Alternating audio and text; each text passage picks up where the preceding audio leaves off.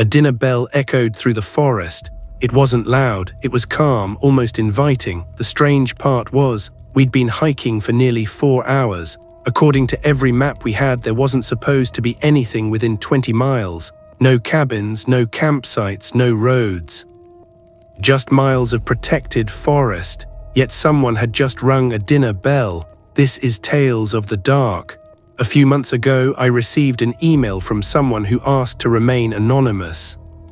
I've changed the names of the people involved, but everything else has been left exactly as it was described. Last August, 4 of us decided to spend a weekend hiking through Black Ridge State Forest. It wasn't a survival trip. We weren't trying to disappear into the wilderness. We just wanted a break from work and our phones. There was me, my older brother Ryan, our friend Lucas, and Emma. Ryan had hiked the area before. He downloaded offline maps, marked our route, double-checked every trail. Nothing about the trip was supposed to be difficult. The first day went exactly as planned. The trails were quiet, the weather stayed perfect. We reached our first campsite before sunset. The second morning, Ryan suggested taking an older trail that branched away from the main route. It reconnects later. It'll save us about an hour. None of us argued. At first, the trail looked normal, then it became narrower. The trail markers disappeared. The ground looked untouched. Lucas checked his GPS. It still says we're on the trail. Ryan frowned. It shouldn't. The path beneath our feet was obvious. But the GPS showed us walking through untouched forest. Emma laughed. Guess the map's wrong. Ryan didn't laugh. I've never seen this happen. We kept walking. About 40 minutes later, we heard children laughing, not 1 or 2, dozens of them somewhere ahead. We stopped. Lucas smiled. Guess there's another campsite. Ryan slowly shook his head. No, there can't be. The laughter grew louder. Then came another sound, a whistle. The kind counselors used to call campers back. We rounded one last bend. Every one of us stopped. Spread out in front of us was a summer camp, a real one, wooden cabins, a dining hall, a basketball court, a flagpole, children running across an open field, counselors talking near a campfire. It looked completely normal, almost too normal. No broken buildings. No abandoned cabins, no signs of neglect. Everything looked clean, well maintained, as if the camp had opened that very morning. Lucas stared at Ryan. You seriously didn't know this was here? Ryan pulled out his phone. No signal. Mine was gone too. Emma unfolded our paper map. Nothing. The entire area where the camp stood was labeled simply protected forest. No roads, no buildings, no camps, nothing. A smiling woman in her 40s walked toward us. She wore a green camp staff shirt. A name tag read MARGAIT. You 4 must be exhausted. She smiled warmly. You're just in time for dinner. Ryan politely explained that we'd gotten lost. She didn't seem surprised. That happens more often than you'd think. Lucas asked, what's the name of this place? She hesitated just for a second, then smiled again. Ash Pine Summer Camp. Ryan immediately looked back at the map. Nothing, no Ash Pine. Margaret noticed.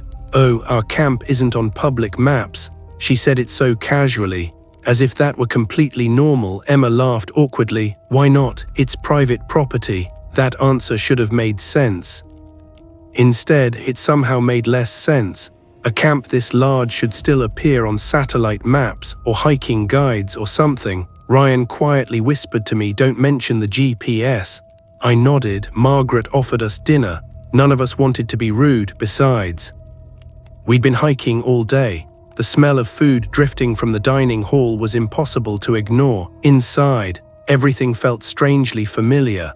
Long wooden tables, camp banners, children laughing, counselors serving food. It looked exactly like every summer camp I'd ever seen, except nobody looked surprised to see 4 strangers walk in.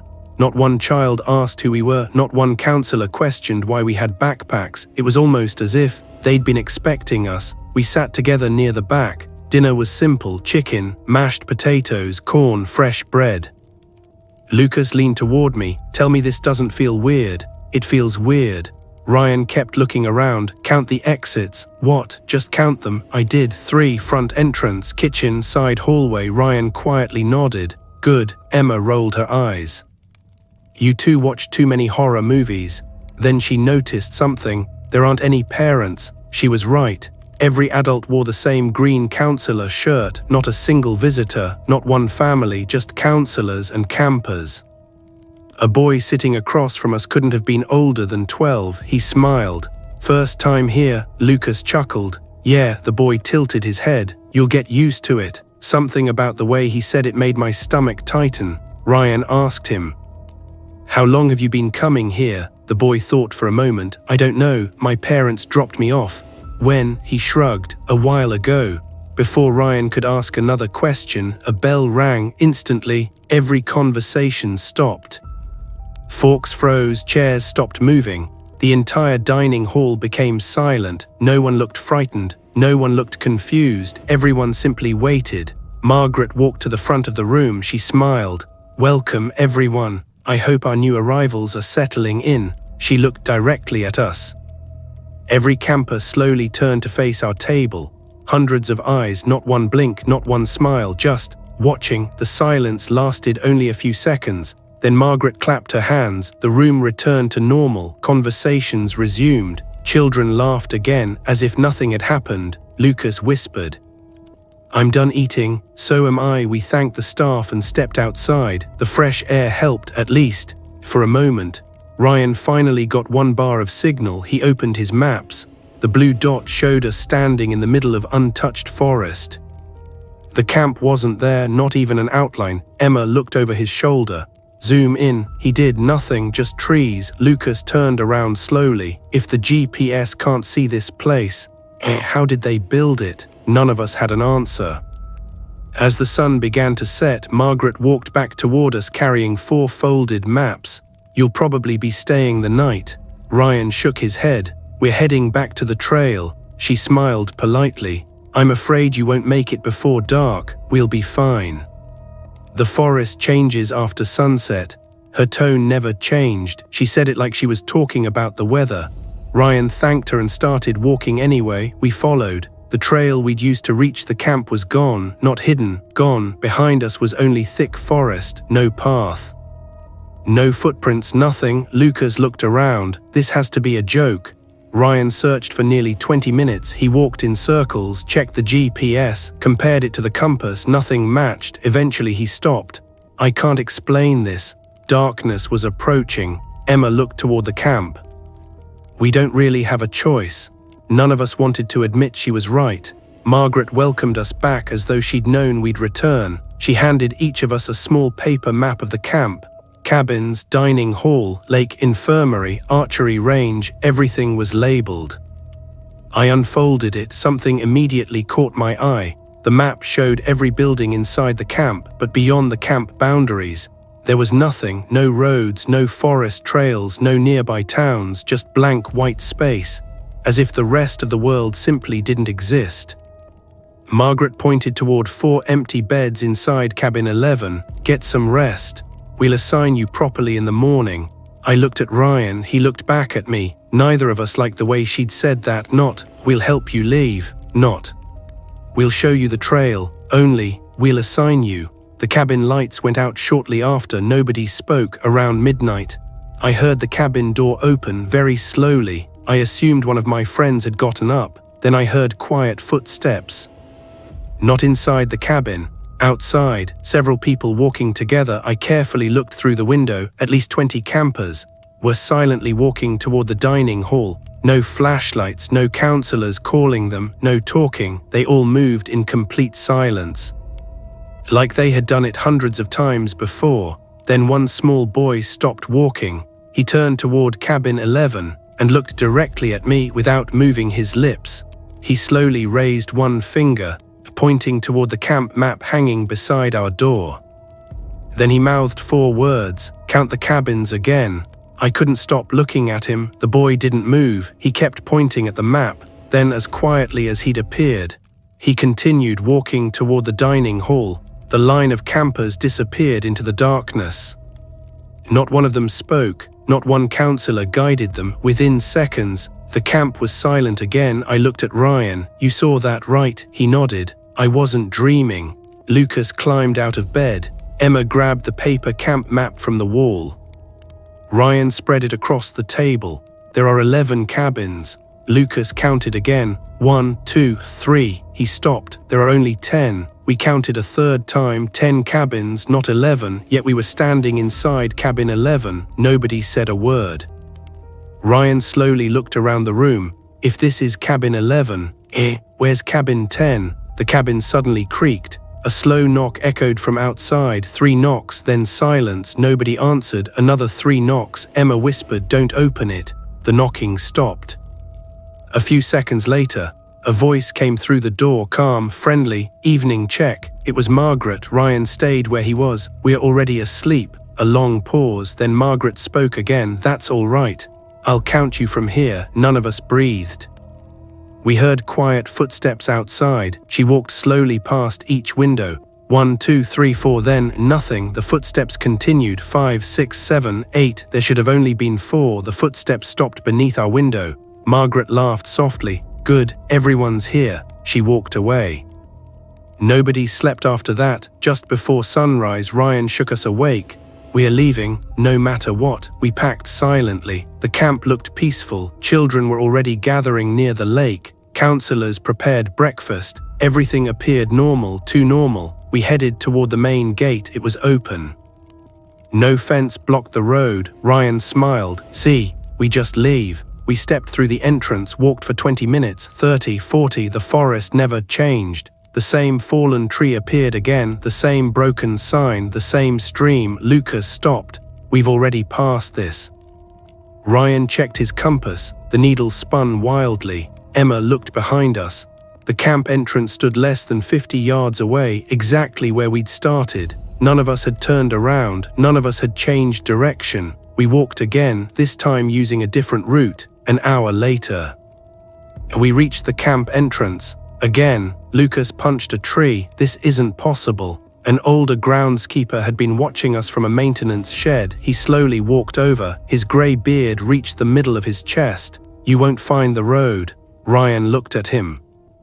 "Then show us." The old man glanced toward the counselors. "They don't like that." "What do you mean?" "They're listening." Ryan lowered his voice. "Who are they?" The old man didn't answer. Instead, he pulled a folded brochure from his pocket. It looked ancient, faded.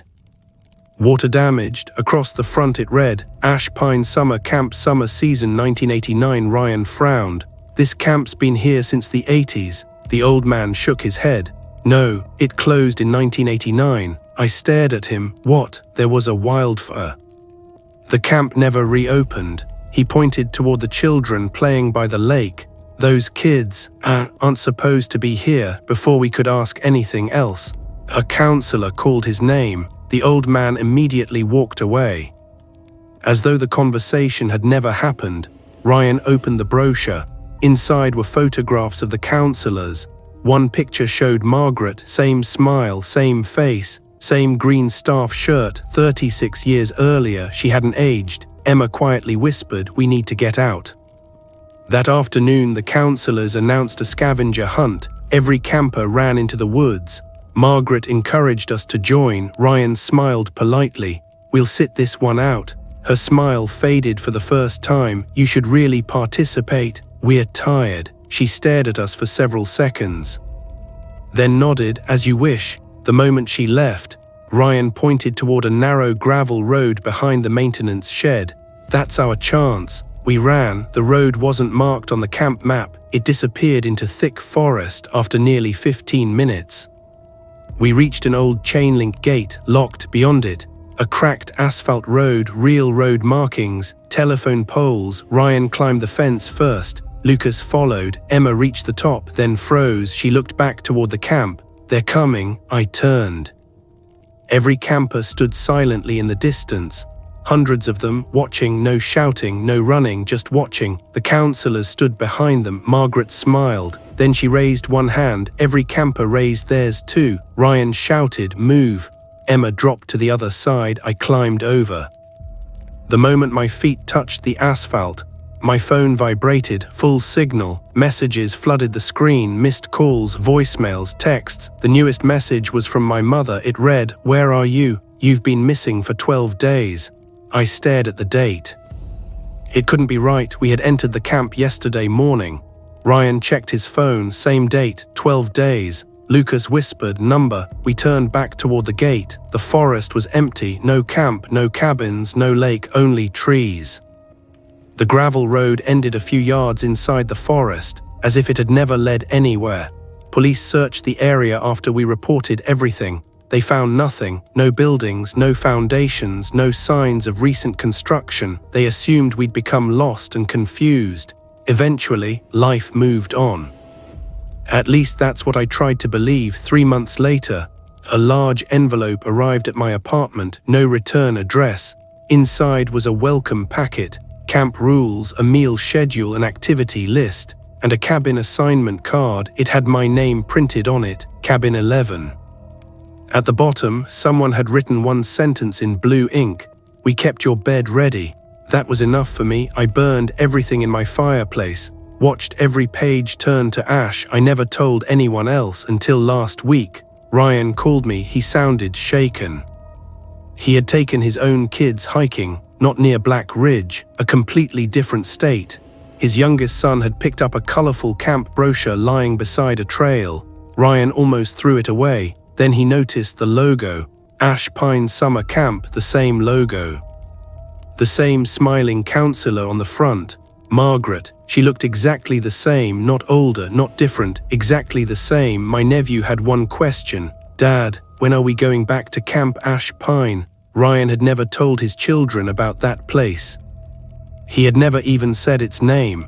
That was the end of this story. If you've ever experienced something you still can't explain or have a strange story of your own, send it to Tales of the Dark. Your story could become the next nightmare featured on this channel.